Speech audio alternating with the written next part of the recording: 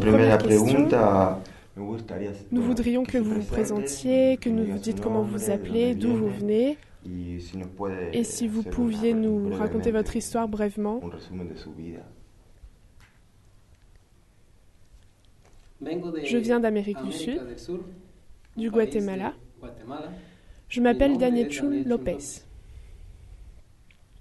Et pour ce qui est de ma vie, je suis paysan. Je suis agriculteur. Je travaille dans les champs. Je n'ai pas de profession réelle. Et ma famille est très pauvre. Et c'est pour ça que je n'ai pas pu étudier et que je n'ai pas été préparée à quoi que ce soit.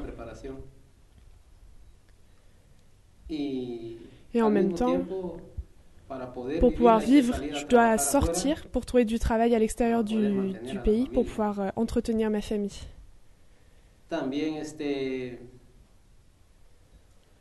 Et aussi, nous, là-bas, dans la région dans laquelle j'habite, on est presque tous paysans. Il n'y a pas de profession autre. Et c'est vrai qu'il existe beaucoup de marginalisation de la part de l'État et du gouvernement pour ce qui est des endroits les plus pauvres du Guatemala. Donc moi, je viens de la municipalité de San Marcos. Quelles sont les problématiques qu'on peut trouver dans votre pays? Quels sont les problèmes que vous avez en ce qui concerne votre travail, travailler la terre? C'est surtout la mauvaise distribution des terres. Elle est distribuée dans peu de mains. Les grands propriétaires l'ont, mais pas les petits paysans. Alors nous, en tant que paysans, on n'a pas de moyens de nous développer.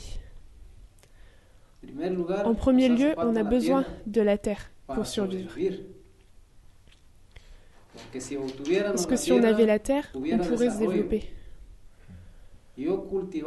Moi, je pourrais cultiver ma terre, vendre mes produits au marché, et à partir de là, récupérer de l'argent pour pouvoir faire étudier mes enfants et pouvoir donner à manger à ma famille, les habiller, prendre en compte l'éducation. Sauf qu'au Guatemala, ce n'est pas le cas. Et cette terre, si vous l'aviez, qu'est-ce que vous cultiveriez? Comment on fait pour avoir une terre dans votre pays? On la loue? Ou vous faites que travailler dessus? Moi, par exemple, je suis issu d'un conflit pour dépouillement de terre. Un conflit qui date de mon grand-père, de mon père. En 1952 jusqu'en 1954, il y a eu la révolution au Guatemala. Et l'État a récupéré les fermes et les terres, et toutes les familles ont été dépouillées de leurs terres. Donc dans votre cas, il y a beaucoup de familles qui ont été touchées par cette situation. Oui, beaucoup de familles. Pas seulement la mienne. Et jusqu'à aujourd'hui, le conflit de mon association n'a toujours pas été résolu. Ça fait 58 ans que nous luttons. 58 ans pendant lesquels il y a eu des morts. Par exemple, 16 de mes compagnons ont été assassinés par des forces ou la sécurité armée de l'État. Revenons-en au thème de la terre. Au Guatemala, aujourd'hui, les gens qui ont des problèmes, comme vous, au niveau de la terre, est-ce qu'ils sont aussi associés au problème d'un, je ne sais pas, un manque d'espace à cause de trop de plantations de bananiers ou... Donc, en dehors de votre cas, est-ce que vous pouvez nous faire une présentation? Alors, en ce qui concerne la terre, on ne peut pas dire qu'il n'y a pas de terre. Les terres, il y en a, mais elles sont mal distribuées. Il n'y a que peu de gens qui en disposent. Des chefs d'entreprise, des grands propriétaires. Et on cultive surtout là-bas avec la monoculture. Alors, on cultive le palmier africain, la canne à sucre, le bananier, l'arbre à caoutchouc, donc c'est le houlet, un arbre dont on prend la sève pour pouvoir fabriquer diverses choses. Et c'est ça le problème du Guatemala. Les chefs d'entreprise grignotent petit à petit nos parts et ils sont en train de nous laisser sans terre. Des terres cultivables, il y en a. Et si certaines grandes fermes ils veulent les vendre, ce sont des prix tellement inatteignables pour nous qu'on ne peut rien faire. Comment pourrions-nous acheter des terres aussi chères? Alors, combien de fils avez-vous? J'ai 2 fils qui ont plus de 18 ans et j'ai une jeune fille de 15 ans. Et quelle quantité de terre il serait nécessaire pour vous pour pouvoir faire vivre votre famille? Le mieux, ce serait 5 hectares. On dit que au Guatemala, un hectare correspond à 10 cordes.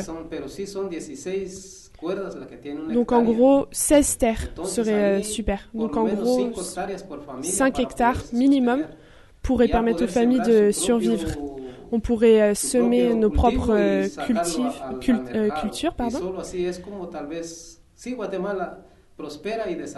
Et ça serait un moyen pour le Guatemala de prospérer et de pouvoir se développer.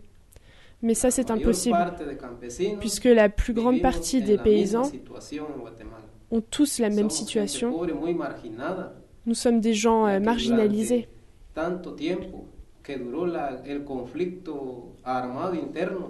En effet, avec les 36 ans de conflit armé qu'il y a eu dans le pays, qui ne s'est terminé qu'en 1996 avec la signature des accords de paix, il y a eu beaucoup de morts, environ 300 000 familles. Nous sommes donc un peuple très touché par le conflit armé. Et alors, que fait le peuple pour que changent les choses? En ce moment, le peuple s'organise. On défile, on fait des manifestations, mais ça ne fonctionne pas. Le gouvernement reste sur ses positions, ignore les revendications du peuple.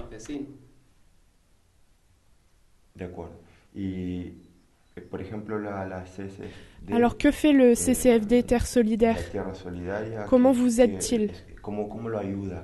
Quel est le lien qu'a le CCFD avec son pays pour pouvoir l'aider?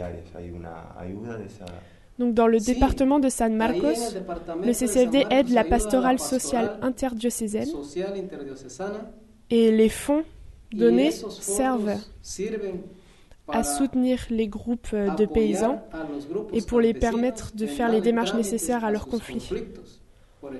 Et alors, il y a des conseils juridiques, par exemple, et en même temps,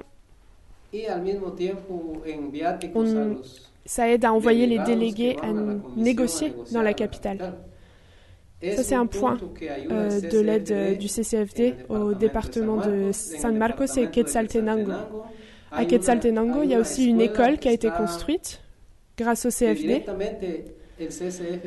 Et ainsi, 40 jeunes paysans peuvent se préparer pour pouvoir défendre leurs droits. Et en même temps, il y a eu de l'aide au niveau de l'alimentation. Le CCFD, c'est comme ça qu'il soutient le département. Et aujourd'hui, la terre, vous pouvez la travailler? Non, en ce moment, je n'ai pas de terre. Je ne peux pas la travailler.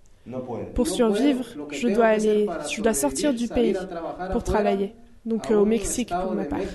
Je vis à 1,5 km de la frontière, donc je fais des allées et venues. Et c'est comme ça que je gagne ma vie et que je peux faire vivre ma famille. Mais des terres, on n'en a pas. Notre conflit est loin d'être résolu. Et comment vous êtes venu ici? Je suis venu grâce au CFD, qui a toujours invité chaque année, lors du carême, les personnes des pays concernés. Et c'est comme ça qu'on m'a envoyé, que la pastorale m'a envoyé à venir ici pour présenter mon pays. Et présenter votre problème? Oui, mon problème comme paysan, tant au niveau de San Marcos qu'au niveau national.